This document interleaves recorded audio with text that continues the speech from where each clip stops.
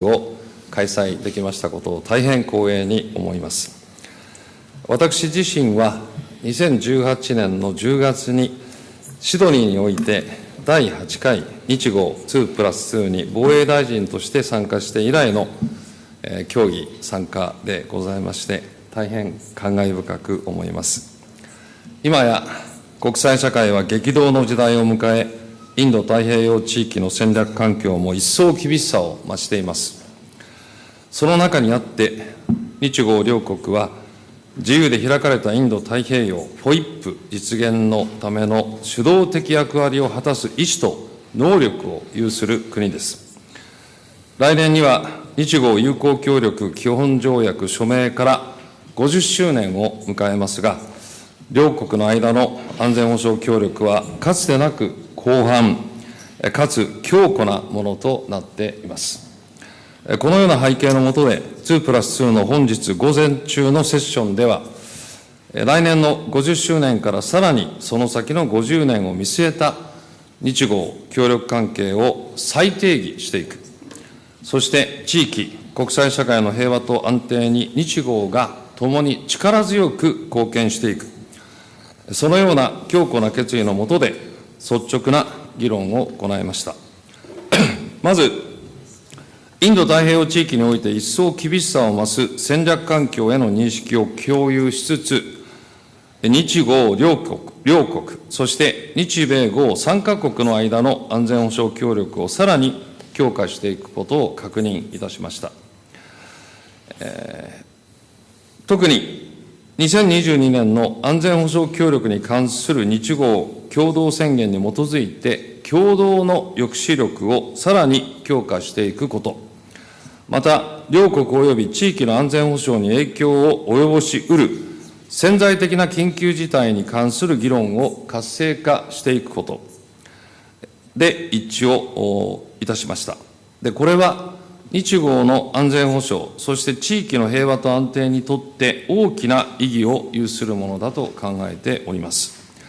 こうした方向性を支えるために、豪州の次期汎用フリゲートとして、最上型護衛艦の能力向上型が選定されたことも受けまして、日豪、そして日米豪3カ国の間の相互運用性を向上させていくことも確認をいたしました。さらに、日豪 RAA 部隊間協力円滑化協定のさらなる活用を含む運用協力、サプライチェーンの強靭化を含む経済安全保障、戦略的コミュニケーション、サイバーといった分野において、日豪間の協力をさらに推進していくことでも一致をいたしました。また、昨年5月のニューカレドニアからの自国民退避における協力実績を踏まえまして、海外における自国民保護で協力していくことで一致し、本日午後に覚書に署名する運びとなりました。この後のワーキングランチでは、インド太平洋の安全保障環境について率直な意見交換を行い、日豪が地域及び国際社会の平和と安定に対して果たすべき貢献について、突っ込んだ議論を行いたいと思います。ありがとうございます。岩屋外務大臣、ありがとうございました。続きまして、中谷防衛大臣からご発言をいただきます。中谷大臣、よろしくお願いいたします。本日、マールズ副首相兼国防大臣、およびウォン外務大臣に対面でお会いをしまして、日豪2+2を開催することを大変喜ばしく思います。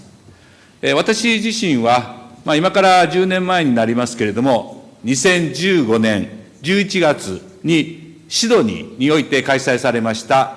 第6回日豪2+2に当時、防衛大臣として参加させていただきましたけれども、10年ぶりの2度目の参加となります。当時に比べましても、我が国を取り巻く安全保障環境は、一層厳しさと複雑さを増してきております。このような状況を踏まえまして、本日は価値観と戦略目標、これを完全に共有をいたしております。特別な戦略的パートナーであります、オーストラリアの両大臣と安全保障、防衛協力、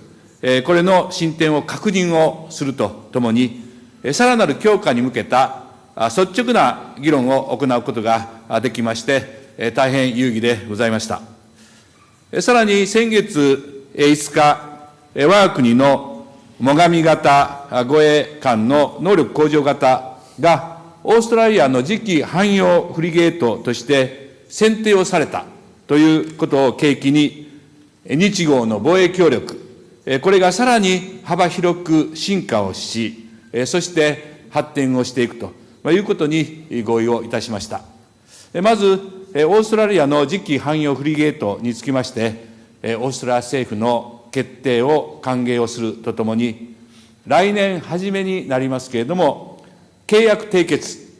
これを含めて本件の着実な発展に向けて、両国が親密に連携をするということも確認をさせていただきました。また、艦艇そのものだけではなくて、幅広い分野で日豪の防衛装備、技術協力を進めるべく、例えば、無人機等の先端能力面で協力を進めていくということのほか、防衛産業間の協力も一層加速をするということで一致をいたしております。また、自衛隊とオーストラリア軍の相互運用性を高める取り組みとしまして、平素から緊急事態に至る状況で、日豪が実効的に連携をするための範囲、目的および形態、これをSOFと呼びます。SOF の協議を進めるほか、あらゆる軍種、領域での共同訓練を引き続き実施をしていくことなどについて一致をしました。そして、日豪 RAA が40件以上の共同活動に適用され、両国の協力活動がさらに活発化をしていくという点を評価をするということも一致をいたしました。さらに、力による一方的な現状変更を抑止をするため、協力して行動することの重要性を再度確認をいたしまして、情報共有、そして FDO といった抑止活動に関する議論の深化を通じた協力を強化をするということでも一致をいたしました。日豪に加えまして、日米豪の協力の進展についても議論を行いました。F35 の共同訓練について、本年は日本で、来年はオーストラリアで実施することを歓迎をし、さらなる連携強化に向けて取り組んでいくことを確認をいたしました。加えて、フィリピン、インド、韓国、ASEAN、太平洋島しょ国等との連携強化についても再確認をいたしました。今後、これからウォーキングランチをした後、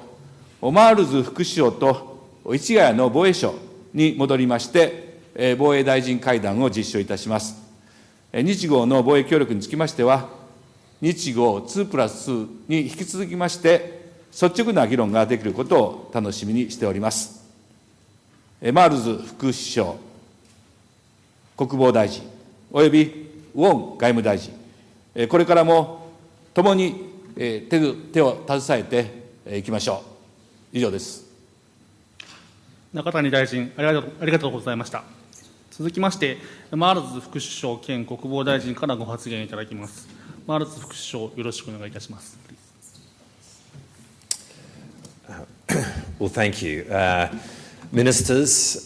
Takeshi, again, thank you for hosting Penny and I here today in Tokyo for the annual 2+2 meeting between Australia and Japan. It is genuinely a delight to be here on this occasion. There is no country with whom we have a greater strategic alignment than Japan. We're both democracies, we both support a global rules-based order, we are both allies of the United States. And as we have discussed today, in an increasingly complex and difficult world, it is also deeply reassuring and gratifying that at this moment in our relationship, there is no country in the world with whom we have greater strategic trust. With the bringing into force of the reciprocal access agreement between our two countries in the middle of 2023, we have literally seen a blossoming of our defence and security relationship. As Gen said, more than 40 activities have now been undertaken under the banner of the RAA. We have seen bilateral activities between ourselves and the United States be trilateralised between our three nations, which has been so important. We've seen 4 port visits to Japan from Royal Australian Navy vessels, and indeed later this month, HMAS Brisbane, an Australian destroyer, will be coming to Yokosuka and for the first time undergoing maintenance in Japan, which is an enormous step forward in terms of our defence relationship. We're also working much more closely together in terms of our joint operation commands with respective liaison officers in each other's commands, which again greatly brings those two commands more closely together and enables us to engage in operations much more closely together. And so we are really grateful for the way in which the relationship is moving forward. And today, we have agreed to elevate the special strategic partnership between our two countries, looking forward to next year as the 50th anniversary of the Basic Treaty on Friendship and Cooperation, in a way which will see us do more exercises, more operations, cooperate more in respect of logistics, cooperate more in respect of cyber, and cooperate more across all our domains. This is a really important step forward that we are taking between our two countries. And of course, all of this happens in the context of the decision that we made last month to select Mitsubishi Heavy Industries' Megami-class vessel as Australia's future general purpose frigate.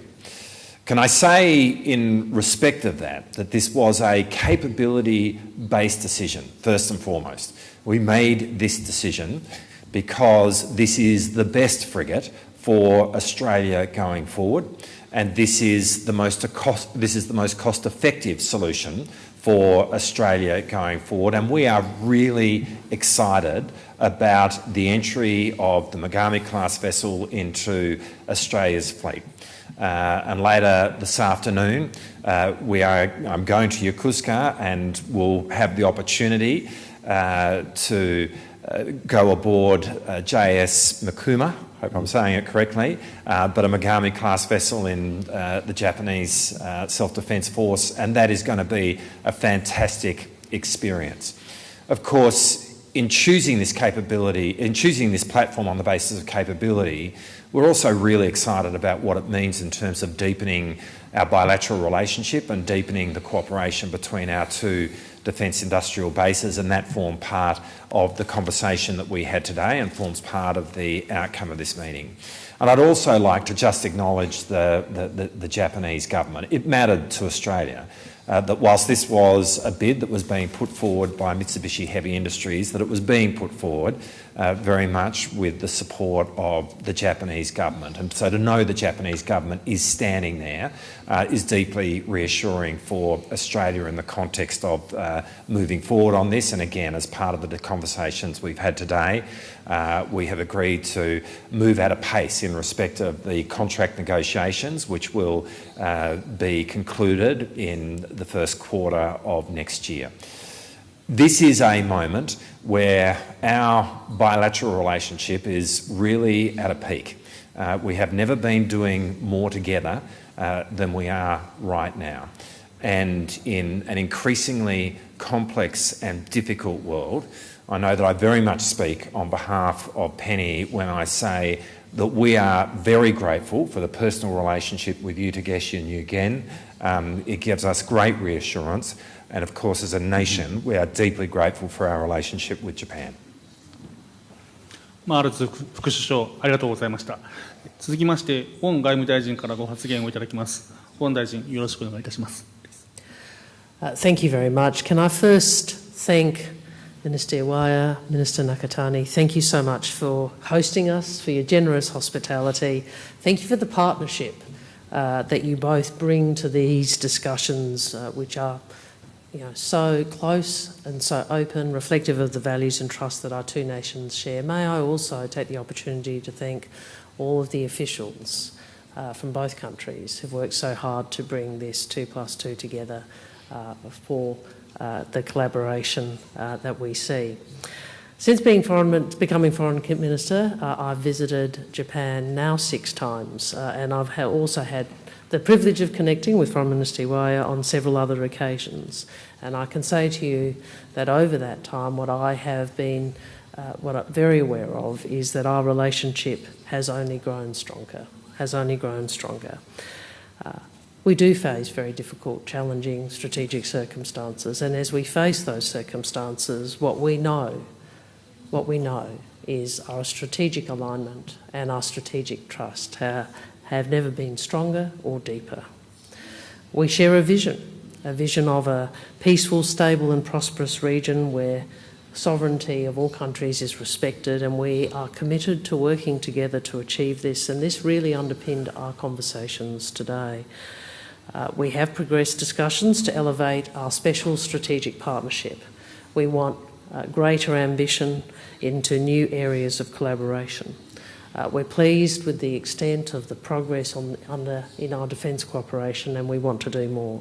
But we also know we need to expand our cooperation across economic security, cyber security, the diversification of supply chains. We need to work together to build resilience and respond to emerging threats. If I may make some very brief comments on economic security. We have worked together on our mutual economic security for decades. That is how we see our partnership on energy, the continued reliable supply from Australia of to Japan,